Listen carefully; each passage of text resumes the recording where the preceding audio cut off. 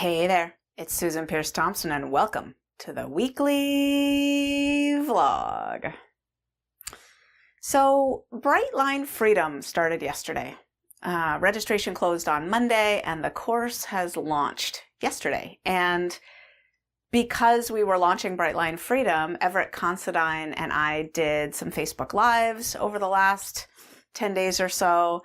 And I've been talking about parts work a lot on Facebook Lives and so forth. And something came up, a topic came up several times on these Facebook Lives that prompted Everett and I to describe a key difference between parts work and other modalities of inner work, like therapy, including most forms of therapy, certainly psychodynamic psychotherapy, and most forms of talk therapy, and also a difference that exists between parts work and the 12 steps. So I wanted to talk about it in today's vlog. Essentially, here's one example of one of the questions that came up. Someone said, I'm really drawn to doing Bright Line Freedom, but I signed up for it before and I found that I didn't really engage with the work. I didn't do it. And what I find is that my system is really scared to even begin. Like, I have huge resistance to even starting doing the work. And I guess maybe I should back up for a second and just say what Bright Line Freedom is. Bright Line Freedom is the course that helps people in Bright Line Eating learn how to do the inner work in this method called parts work, also known as IFS, or Internal Family Systems, which is a branch of psychology founded by Richard C. Schwartz that deals with looking at the mind or the psyche as composed of subpersonalities that might have very different agendas or perspectives on the world, right? If you're watching this vlog, you might relate to the idea that there's a part of you that wants to eat excess yummy food, and there's a part of you that doesn't want you to eat excess yummy food. Those would be two different parts, right? The food indulger and the food controller, we might call them. So anyway, Bright Line Freedom is the course that introduces people to this framework and helps them to do parts work, which is a form of self-therapy, really. It's a form of handling your inner landscape and growing and healing things. And so anyway, this person said, I signed up for it and I didn't do it. I'm scared to do it. I have resistance. And what Everett and I talked about is that parts work is really different than other inner work modalities in that it doesn't advocate dredging up the past.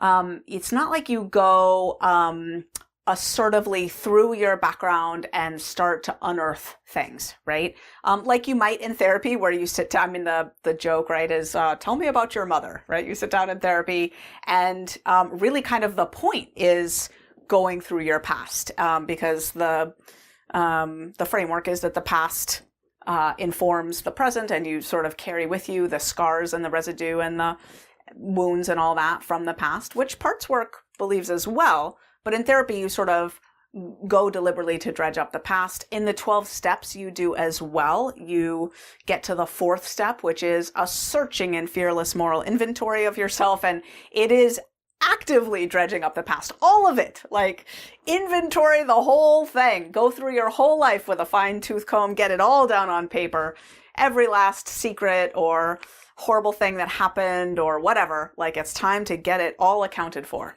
So really assertive dredging up of the past in step 4. Parts work says, let's not do that. Let's instead live our lives and see what comes up naturally. See when we get thrown off by something happening in life. So in parts work, there's this notion of a centered self, an authentic self, a highest self, like the you that's really you. And you know you're there when you're experiencing all the C's. You're calm, you're clear, you're centered, you're compassionate, you're creative, you're courageous, you're just like in your centered self. And then something will happen and you won't be quite in your centered self, right? Something will throw you off. Maybe you'll get annoyed or angry, or maybe you'll get insecure, or whatever, anything really other than those centered self sees that let you know that you're clear and, in your highest self. So something will throw you off. And then that's when you start to follow what we call the trailhead. So the thing that threw you off is a clue that there's something in your system that has yet to be looked at or healed, that some part of you has gotten activated. And you take that trailhead, the beginning of the trail, and you start walking down that trail. And the framework of parts work is that the internal mind has structure to it. It's got protective parts, which are trying to keep us from hurting, basically, right? There's two kinds of protective parts. There's manager parts, which are trying to get ahead of our wounding, like basically trying to prevent us from being wounded. They might be caretaking parts with the idea that they might believe that if we just keep everyone happy, we won't get hurt because they won't, abandon us or betray us, or, they'll be there for us. So a caretaking part would be a manager part that's trying to keep us in relationship with other people by keeping them pleased and happy. Or they might be, what other kind of manager part? A part that's trying to, keep our life running smoothly by organizing everything, and a perfectionist part, right? Anyway, there's all kinds of manager parts. And then the other type of protective part is called a firefighter part. They come in and put out the fire after we're already hurt. So if a wounded part of us gets re-injured, the firefighter part comes in to make that present moment hurt go away. Maybe by eating. Maybe you relate to that, right? So this is like what we call emotional eating, is really a food indulger part, and the food indulger is really a firefighter part coming in to put out the fire of that hurt, using food or any other form of distraction, whether it's binging on Netflix episodes or watching pornography or mindlessly playing solitaire, or right, any of those sort of addictive, habity kind of things. Those are all coming from firefighter parts that are trying to distract us, numb us. Yeah. And then underneath all of these protectors are our wounds, right? So this is a similarity between the parts work structure and, psychodynamic psychotherapy, this belief that we do have these wounds on the inside that do come from our past. But in parts work, we don't go digging for our wounded parts unless a trailhead emerges from a present moment, a trailhead that lets you know, I've just gotten thrown off by something here in the present moment. And that's your system asking for healing work on that specific thing. So then you do parts work to go in, follow that trailhead. And first you find the protectors. And then underneath that are the wounded parts, the exiles. They're called wounded children or exiles. They're just the deep wounds that we all carry. And there is a way to actually literally heal them in the work that we do in Bright Line Freedom, literally heal those old wounds. But because we don't go dredging up the past, like just, willy-nilly, it's a very gentle, targeted approach. And it's really our own system that lets us know when we're ready for a specific thing to be healed and addressed. Which means it's really safe. We're not going to just plow in there and dredge a bunch of stuff up. So when someone said, I have huge resistance to even starting this work, and I thought of is probably you have an expectation that this course is going to be deep and intense and transformative because you've heard it's all of those things, and it is.